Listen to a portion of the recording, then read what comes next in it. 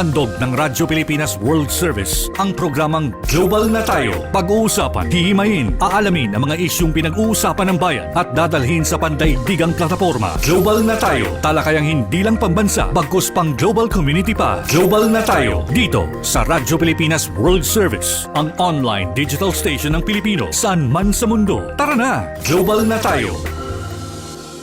Muli po isang masaya at mainit na pagbati mula po dito sa inyong bayan, Pilipinas. Ito po ang programang Global na Tayo. Hatid po sa inyo ng himpilang Radyo Pilipinas World Service, ang online digital platform ng Presidential Broadcast Service Bureau of Broadcast Services. Isa po kami sa mga himpilan ng PBS-BBS sa ilalim ng patugot ng Presidential Communications Operations Office. Ako po inyong lingkod, Ray Sampang, para po sa edisyong ito ng Global na Tayo. Kasama pa rin po namin maglilingkod sa inyo ngayong araw na ito sa ating Master Control sila Susan Aizon, and of course sa production side kasama pa rin natin si Miss Stephanie Vicente, gayon na rin si Jerome Toledo at si Leo Magpayo. Kamusta na po kayo ngayong araw na ito? At naway nasa mabuti po kayong kalalagayan habang sumusubaybay dito sa ating programa. Ang ating pong mga programa dito sa Radyo Pilipinas World Service ay inyo pong mapapanood ng live sa ating Facebook Broadcast Live. Access nyo lamang po sa inyong mga Facebook browser, Radyo Pilipinas World Service. Gayon din sa ating live audio streaming kung kayo po ay may smartphone at iPhone. Kung smartphone, access nyo sa Google Play at i-type nyo po dun sa browser Evox PBS Receiver at i-download nyo lamang po ang PBS Radio app. At kapag nakita nyo na po na i-download nyo na, makikita nyo yung mga tile icon sa ilalim ng Presidential Broadcast Service.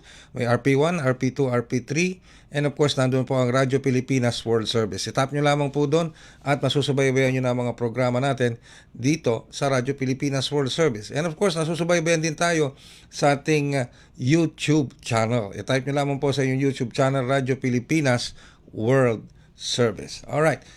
Nito pong linggo, nagsimula na ang overseas voting para po sa ating midterm 2025 elections. Okay, yung pong ating mga kababayang overseas Filipino workers or Filipinos living and working abroad, magkakaroon po ng pagkakataon na bumoto para sa ating midterm elections sa pamamagitan na tinatawag na Online Voting and Counting System o OVCS.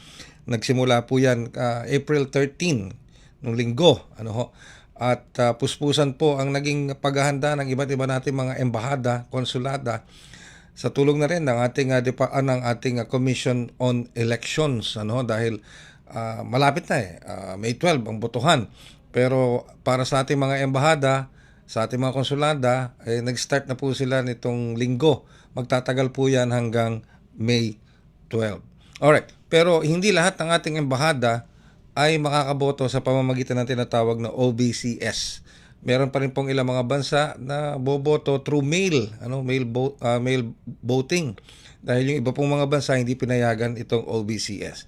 But we have on the line isa sa mga bansa na nagsagawa ng unang araw ng kanilang overseas voting through online o using the OVCS system. Ito po ay ang ating Philippine Embassy sa South Korea. At makakasama po natin, walang iba, mula sa ating Philippine Embassy sa South Korea, live and direct, si Consul General Romulo Victor Israel. Consul General Israel, magandang araw po at welcome sa programang Global na Tayo.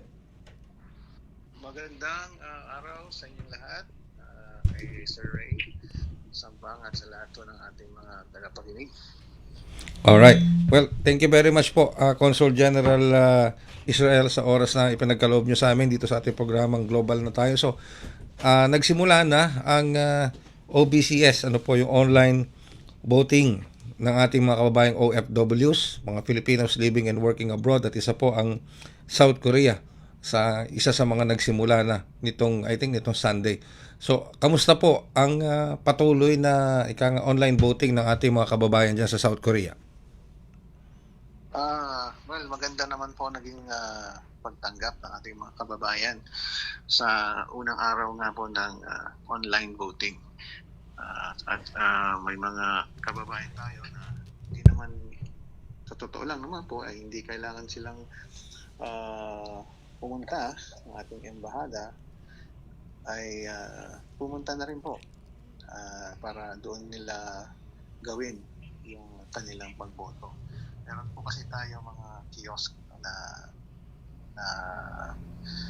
pinatupad COMELEC para sa mga kababayan natin na nagnanais na gumamit ng embassy facilities para sa kanilang online voting, kahit na allowed naman po silang gumamit ng kahit anong device, no, na may internet connection at siyempre may camera para sa pag-enroll nila. Pero yun nga po, may ilang tayong kababayan na parang mas gusto nila na sa embassy ito gawin, no? At ito naman din po ay tulong din sa mga kababayan din natin na siguro sabihin na natin medyo nahirapan sa kanilang mga devices, kasi hindi naman po lahat ay may mga updated or pinaka-latest na mga device, ano po. So yung iba po ay gumagamit ng mga lumang phones. Siguro po yung camera ay medyo malabo o may konting sira. So meron po tayong kiosk sa loob ng ating embahada na mayroong sapat na kagamitan at syempre may pinakamahalaga yung internet connection. Alright. So, ilan po ang, first of all, ilan po ang nakaregister sa South Korea ng mga Filipinos living and working there para sa ating midterm election? Para sa ngayong halalan po, meron tayong mahigit 8,600 no, na mga kababayan na nakarehistro. At kasama rin po dito yung mga seafarers, kasi may mga seafarers na parehistro at in-indicate nila malamang sa kanilang registration form yung place nila kung saan sila well connected, no, during the election period. Plus may dagdag ko rin po sa halalang ito ay nailagay po sa jurisdiction ng ating embassy sa Seoul ang Mongolia. At sa kadahilanan po na ang Mongolia meron din silang internet voting. At hindi rin po sila, although under sila talaga ng ating embassy sa Beijing, ano, politically, economically, no, even consular. Pero for purposes of overseas voting, parang mas minabuti po na under sila sa Seoul, kasi nga internet voting pareho kami ang ating system na gagamitin. Ang mga karamihan ho kasi natin post sa China ay hindi po sila internet voting. So yun, challenge po yun para sa Mongolia, no? Lalo na yung Beijing, so hindi naman sila internet voting. So kaya parang hindi match yung kanilang magiging system na gagamitin, no?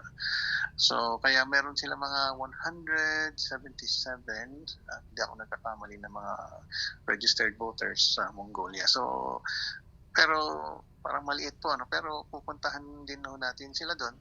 In fact, meron tayong team na Special Board of Election Inspectors or SBEI na papunta po sa Mongolia para maasistehan din sila sa kanilang enrollment and online voting. Okay, so liwanagin ko lamang po, Consul General Israel. So nilagay sa sinailalim sa ating Philippine Embassy sa South Korea itong ating embahada sa Mongolia. Sorry po. Yung mga Filipinos na boboto lang po sa mga boboto lang. Okay. All right. Opo, hindi wala po kasi tayong embassy doon, opo. All right. So sa mga for the purpose of voting lang. Yes, sir. All right. So ilan po sila doon? 100, did I hear you correct? 177? Yes, sila po yung registered voters. Pero ang number naman ho ng mga Filipinos na nakatira doon ay I think mahigit kumulang na sa mga 600 po yata, or mahigit pa. So hindi naman ho lahat talaga ng mga kababayan natin ay registered, ano po. Ang kinakampanya natin kahit dito sa Seoul, sa Korea, mayroon tayong mahigit kumulang 70,000 Filipinos as of December 2024, no? Pero of course hindi nga lahat sila ay nakarehistro. Kaya mapapansin nyo, sir, ay kung sa itong unang araw ng ating halalan or overseas voting, may ilan ding Pilipino na pupunta rito at nagtatanong, pwede pa daw ko sila magrehistro. Pasensya na lang ako kasi nga may limitasyon din po yung registration na sinasaad ng batas, no? Kaya hanggang September 30 lang po last year yon. So yung mga hindi nakarehistro, hindi ka talaga sila makakaboto sa ngayong midterm elections. Alright. So Well, So anyway, hindi naman nagkulang ang ating embahada sa pagpapaalala at ang Commission on Elections, lalo na ang ating embassy dyan sa South Korea, sa pagpapaalala at ika nga po pag-convey ng message na dapat sila magparehistro. Ano? Tama po, yes. May marami ho kasing mga rehistrado sa Pilipinas, no? Kasi nakaboto sila nung nakarang election sa Pilipinas. Tapos bago lang silang dating dito sa Korea, siguro dahil may katrabaho, ganyan. Hindi sila umabot dun sa registration period. So, marami rin tayong ganong kababayan. Siguro, sa susunod na halalan ulit, 2028, habang nandito sila, pwede naman ho. Dahil ang registration is continuing. Alam naman natin po ito. So, after this midterm election, ay magkakaroon ulit tayo ng overseas voter registration campaign. So, sana nga po bago matapos itong taon, kasi usually po ang COMELEC ay magko-conduct muna ng training para sa susunod ulit na registration cycle. You mentioned kanina, Consul General, na may mga seafarers tayo na nagpa-register? Opo, ito po naman ay alam naman natin na Korea may mga ports dito, no? Sa Busan, sa Incheon, no? Di ba pa? So may mga dumadaan din mga barko, karamihan cargo vessels, no? Na may mga seafarers tayo. So alam naman nila siguro na around this time sila ay siguro nasa Korea, no? Ng mga bumabiyahe. Kaya sa kanilang pagrehistro, malamang doon ho nilagay nila country of the registration siguro is South Korea. So kaya mga ilan din ho yun, mga ilang siguro hindi ko hawak na yung figures, pero I can give you later, no, kung ilan exacto. Alright. So, pero mas marami po yung mga land-based. Land-based, mas marami pa rin yung land. Pero tuloy-tuloy naman po ang pagboto, Consul General Israel, hanggang May 12 yan, if I'm correct, ano po? Hanggang May 12? Yes, opo. 24 hours a day, 7 days a week. Simula ho noong April 13. So kahit hating gabi yung ating mga kababayan, kung doon lang sila libre, halimbawa sila nagtrabaho, nag-overtime, pag-uwi sa bahay, doon lang sila makaboto, magkaroon ng oras. So pwede ho. So hanggang May 12, 8 o'clock ng gabi dito sa Korea. So 7 o'clock po sa atin sa Pilipinas. Kamusta naman po ang communication sa inyo ng Commission on Elections? Are they continuously communicating with you and providing you assistance kung kinakailangan po, lalo na technically? Tapos maganda ho ang ating pagtulungan, no, sa COMELEC. Dahil nga sila rin naman ay naglulunsad nito for the very first time, itong internet voting. Alam din nila po na marami talaga kaming tanong, marami talaga kaming kailangan gabay, no, galing sa kanila. At meron naman po kaming very close na communication with them. Meron kaming mga group chat, meron kaming Zoom meetings, ganyan. So kaya maganda yung aming working relationship with COMELEC. Ayun. So at least sa mga susunod pang araw, umaasa tayo na dadami pa, Consul General, itong mga magboboto through OBCS hanggang mag-May 12. Tama po. Yun nga po, dapat siguro ho through this program sana makarating sa mas marami nating kababayan sa overseas. Hindi lang sa Korea, kasi may limit din ho yung enrollment. Kanina ho, nakita ko sa interview kay Chairman George Garcia ng COMELEC. Pinapaalalahanan niya yung mga overseas voters na mahalaga yung enrollment eh. Meron po kasing pre-voting enrollment. Bukod sa pagre-rehistro, kasi ito maraming tanong yan. Rehistrado na po ako, bakit niyo kami kailangan mag-enroll, mga gano'n, no? So yun, piniliwanag ko ni Chairman yun. At may limit ko kasi yun, yung pag-enroll, ano, para lang malinawan. May 7 lang ko yung enrollment. Okay, so from actually nagsimula po ito March pa. So hanggang May 7 lang po ang pwedeng mag-enroll ng mga registered voters. So pag lumampas doon at May 8 na yun hanggang May 12 ay magkakaproblema mo sila, baka hindi na rin sila makaboto kahit na registered sila.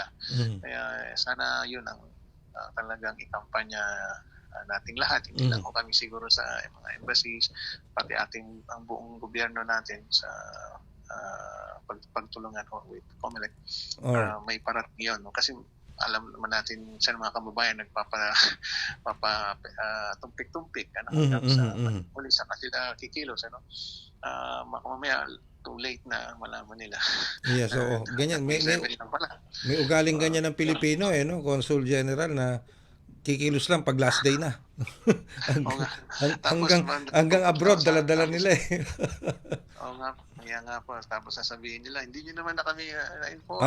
Yun ang masakit, no? Sisisihin ngayon gobyerno. Oo, yun nga po. So kaya lahat ng pwedeng gawin ay ginagawa natin para siwalat dito. Mahalaga nga po mag-enroll. Madali lang naman. Kukuha lang sila ng ID nila. Usually naman passport. Lahat naman tayong nasa abroad may passport. Tsaka magse-selfie lang po.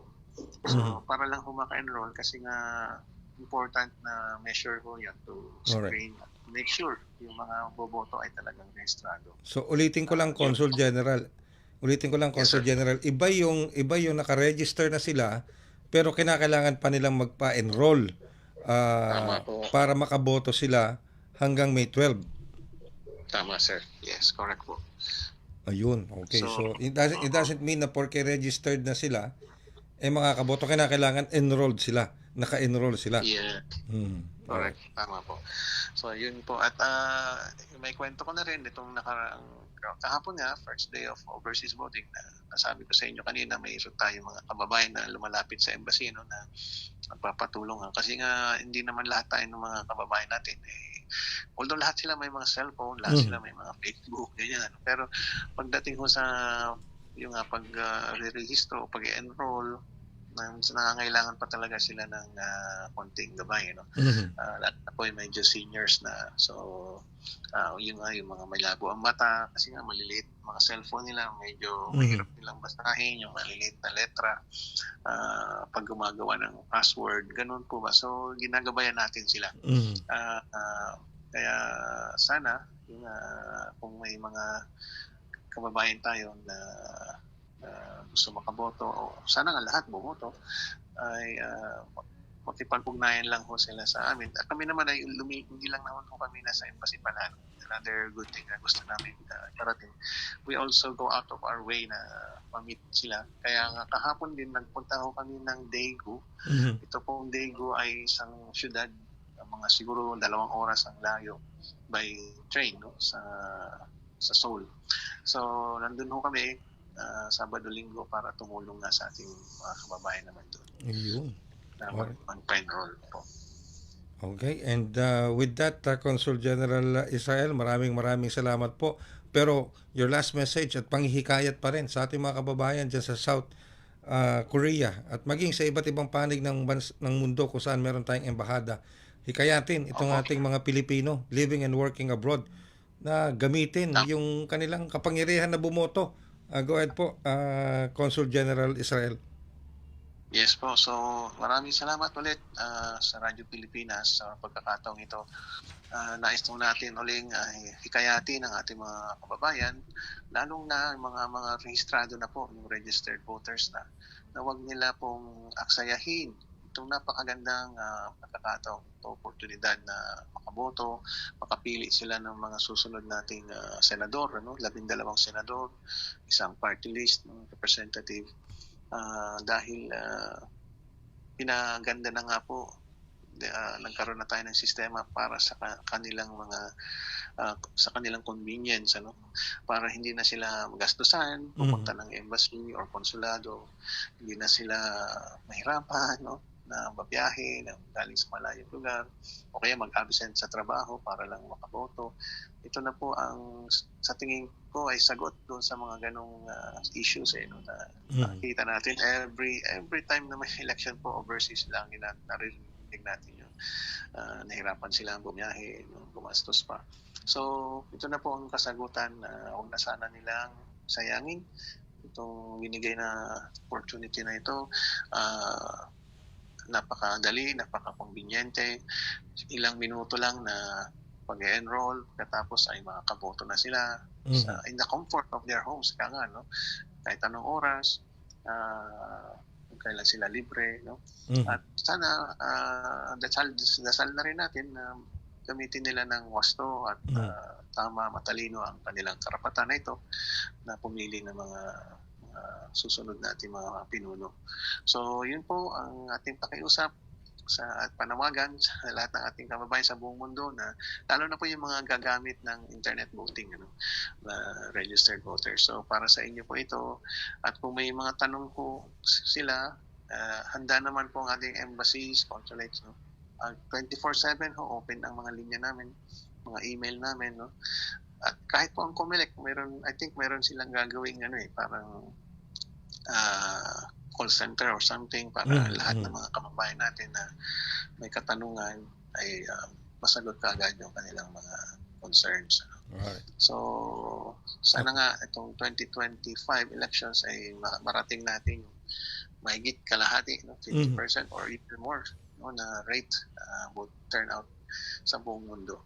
So, with that, kasama nyo kami, Consul General, sa adhikaing yan. And we will try our very best to disseminate this information sa lahat po ng ating mga kababayan all over the world, yung ating mga Filipinos living and working abroad to, gamitin na itong matagal na nilang inaantabayan na hinihintay na oportunidad na makaboto na hindi na sila kailangan pang bumiyahe. Sabi nyo nga, bumiyahe na malayo, maging inconvenience sa kanila. Kinakailangan lang siguro nila ng konting guidance, lalo nga tulad nung nabanggitin nyo, yung ating mga senior citizens na nandyan na may mga edad na kinakailangan ng guidance. And I know the embassies, including our Philippine Embassy in South Korea, is always ready to help and assist ating mga kababayan. Maraming salamat po, Consul General Romulo Victor Israel. Thank you very much, sir. Salamat din po, sir. Thank you po. Ang ating pong Consul General Romulo Victor Israel sa ating pong Philippine Embassy sa South Korea. Yan po ang ating naging panayam dito sa isa pang edisyon ng Global na Tayo. Hatid sa inyo ng Radyo Pilipinas World Service. Mahalaga po ang boto ninyo. Kayo pong mga nakikinig sa atin, lalo na yung ating mga overseas Filipino workers o yung mga kamag-anak na mga overseas Filipino workers na sumusubaybay ngayon sa atin dito sa ating programa sa pamamagitan ng ating Facebook broadcast live, sa pamamagitan ng ating live audio streaming at sa pamamagitan ng ating YouTube broadcast, no, sa channel natin sa YouTube. Mahalaga po ang boto po ninyo. Ibinibigay po ng pamahalaan, ng gobyerno, ng Marcos administration ang mga pagkakataon, mga oportunidad para po kayo makaboto at makapili ng inyong mga mamumuno, mga leader sa 2025 midterm elections na hindi nyo na kinakailangan lumabas ng inyong pinagtatrabahuhan, bumiyahe, sabi nga ni Consul General Israel, nababiyahe pa na napakalayo para lang bumoto kasi online voting na po tayo. Online voting is available na po sa inyo. Kung medyo nahihirapan po kayo, you can always ask assistance sa mga embahada po natin kung saan kayo naroroon, para po kayo mabigyan ng assistance. Pero once na ma-hurdle nyo na yan, you can always vote online. Always remember na hindi porke naka-register na kayo, pwede na kayong bumoto. You still have to go through the process of enrollment. So, naka-register na kayo, but you still have to go through the process of enrollment para makaboto kayo. Anyway, ang botohan naman po online is hanggang May 12. Maski naman sa mail-in voting, I think hanggang May 12 po 'yan. May specific oras lang. Kinakailangan kasi nakasynchronize dito sa oras sa Pilipinas, ang oras dito sa Pilipinas, kailangan nakasynchronize sa ating mga embahada. At ang susundan nila, yung oras dito sa Pilipinas. No? So it doesn't matter kung umaga doon, it doesn't matter kung gabi doon, it doesn't matter kung madaling araw doon. Basta ang isi-synchronize ng katapusan ng voting sa May 12 ay oras dito sa Pilipinas. Yan. And I do hope, tulad na sinabi ni Consul General Israel, na gamitin po natin itong oportunidad na ito, itong convenience na ibinibigay ng OBCS o yung online voting and counting system sa inyong mga cellphone para po makapili kayo ng inyong mga mamumuno sa inyong mga lugar kapag kayo'y bumalik na sa Pilipinas, no? Binibigyan po kayo ng tinig, binibigyan kayo ng boses. At tututukan po ng Radyo Pilipinas World Service at ng programang ito, Global na Tayo, ang mga susunod pang araw kung saan isasagawa itong online voting na ito para sa ating midterm elections. Remember lang ha, hindi ho lahat ng embahada natin ay pinagkalooban o pwedeng bumoto na tinatawag na online voting and counting system. Hindi po lahat. May mga bansa o may mga embahada tayo na nakalocate sa ibang bansa sa kanilang host country ang hindi pinayagan mag-online voting. 16 na post abroad ang hindi pinayagan gumamit ng tinatawag na online voting and counting system. Ito po yung China, Russia, Turkey, Iran, Syria at Libya. So hindi sila marami pang mga bansa ang hindi pinayagan na gumamit ng online voting. So itong mga kababayan natin, they have to cast their vote in person. Kaya nga sinabi nga kanina ni Consul General Israel, yung Mongolia, which is under of course ng jurisdiction ng ating embahada sa China, yung mga botante, yung mga registered voters ay inilagay sa South Korea. Inilagay sa sistema ng South Korea dahil ang China kasi hindi po pumayag na online voting. So ibig sabihin, yung ating embahada sa China at yung ating mga Filipinos living and working in China makakaboto online personal voting. Hindi sila pinayagan mag-online. I correct myself. Yung mga kababayan nating living and working in China na gustong bumoto, hindi sila makakaboto online. They are expected to cast their vote in person, meaning mail-in vote. So pupunta sila doon, okay? Medyo malayo-layo ang Mongolia sa China, di ba? So nag-decide ang ating COMELEC, ang ating gobyerno na ilagay muna sa responsibilidad ng South Korea ang mga voters hindi ho mismo yung voters lang na naka-registered sa Mongolia. Inilagay muna sa jurisdiction ng South Korea. Hindi po yung embahada, yung mga voters lang. Nililinaw lang natin yun. Alright, so maraming salamat sa inyo pong pagsubaybay sa isa na namang edisyon ng programang Global na Tayo. Dito pa rin sa inyong himpilang Radyo Pilipinas World Service, ang online digital platform ng Presidential Broadcast Service Bureau of Broadcast Services. Ulitin ko po, tayo po ay nasusubaybayan sa inyong mga social media apps, para sa inyong Facebook, i-type lamang sa inyong Facebook browser, Radyo Pilipinas World Service, para po masubaybayan nyo ang ating mga Facebook broadcast live na mga programa sa inyong mga Facebook accounts. And of course, sa ating live audio streaming, saan man kayo naroon, basta meron kayong cellphone. Kung ang cellphone nyo is, sabihin natin, smart Android, di ba? Or iPhone. Pag Android, punta kayo sa Google app at i-type nyo doon sa browser, eBox PBS Receiver. Pag sinabing eBox, Elephant, Violet, October, Xerox. Tapos PBS Receiver. Lalabas na po ngayon doon yung PBS Radio app. I-download nyo po yon at pag na-download na-install na, makikita nyo ngayon yung mga tile icon na mga himpilan sa ilalim ng Presidential Broadcast Service, which includes RP1, RP2, RP3, yung ating mga FM stations, FM1 and FM2, and of course, ang ating Radyo Pilipinas World Service tile icon. I-tap nyo lamang po doon sa Radyo Pilipinas World Service icon at mapapakinggan nyo na ang ating mga programa dito sa Radyo Pilipinas World Service. Siyempre, nandun na rin tayo sa ating YouTube channel. Mapapanood at mapapakinggan din nyo sa ating YouTube channel. Sa inyong YouTube browser, i-type nyo lamang Radyo Pilipinas World Service. And please, like, share, subscribe. Di ba? Tama ba? Like, share, and subscribe. Yung ating mga social media apps. We will appreciate it very much. Okay? Sige. And of course, meron din tayong di ba? Meron din tayong email address, no? Ano ba yung email address natin, Step? Ano yung email address natin, Step? Para sa informasyon natin mga kababayan? Ayan, dzrp.radiopilipinas@gmail.com. Ayun. Pakiulit lang. dzrp.radiopilipinas@gmail.com. Ayan, biglang nagka-mayor role si Step. Thank you very much, Step, for that valuable information. Sa ngalan po ng ating mga nakaagapay sa pagsasayang papawid na programang ito, muli sa ating Master Control, ang pinakabata sa aming lahat, si Miss Susan Aizon.